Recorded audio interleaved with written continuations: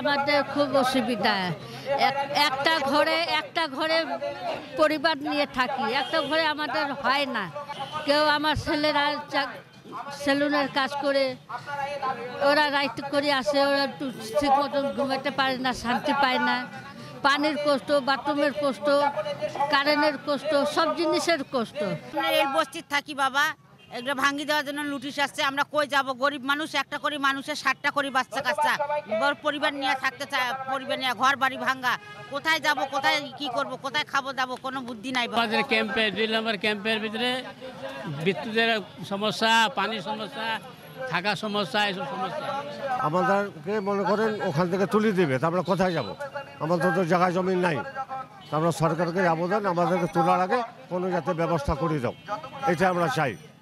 আমরা গরিব মানুষ, দিন মজদুর করে খাই, আমরা হোটেলে কাজ করি, আমরা টাকা পয়সা কোথায় পাবো? এতগুলা আমাদের জমি উচ্ছেদ, ক্যাম্প উচ্ছেদ, বিদ্যুৎ বিচ্ছিন্ন, মর্যাদার সহিত উর্দু ভাষীদের সরাসরি পুনর্বাসন, এটা আশ্বাস আমাদেরকে দিছিল সরকার, কিন্তু করতে পারেনি। সকল উর্দু ভাষী ক্যাম্প সমাধান না হওয়া পর্যন্ত বিনামূল্যে বিদ্যুৎ পানি সরবরাহ বন্ধ করার হুমকি দিচ্ছে।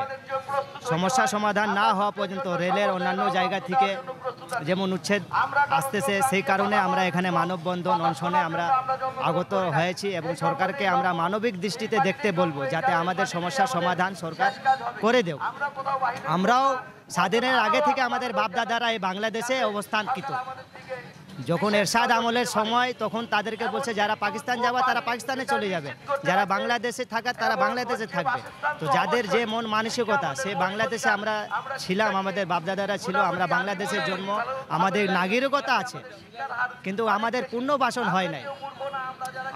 আমরা পুনর্বাসনের জন্য সরকারকে অনেকবার অনেক চিঠি দরখাস্ত করছি, অনেক মানববন্ধন করছি, কর্মসূচি পালন করছি, ডিসি অফিস ঘেরাও করছি, সব কিছু, শুধু আমরা আশ্বাসই পাই কি আপনাদের পুনর্বাসন হবে, আপনাদেরও ছেলে মেয়ের সুযোগ সুবিধা হবে, আপনারও সরকারি চাকরিতে বেতন।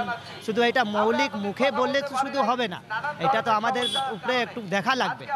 সেই জন্য আমরা সরকারের প্রতি রিকোয়েস্ট এবং দরখাস্ত দিচ্ছি এবং অনশনে বসছি, যাতে এটা নতুন সরকার 2024-এর পর যে অবতরণী সরকার ডাক্তার ইউনূস, তাদেরকে আমরা এই মেসেজটা আমরা দিতে চাই।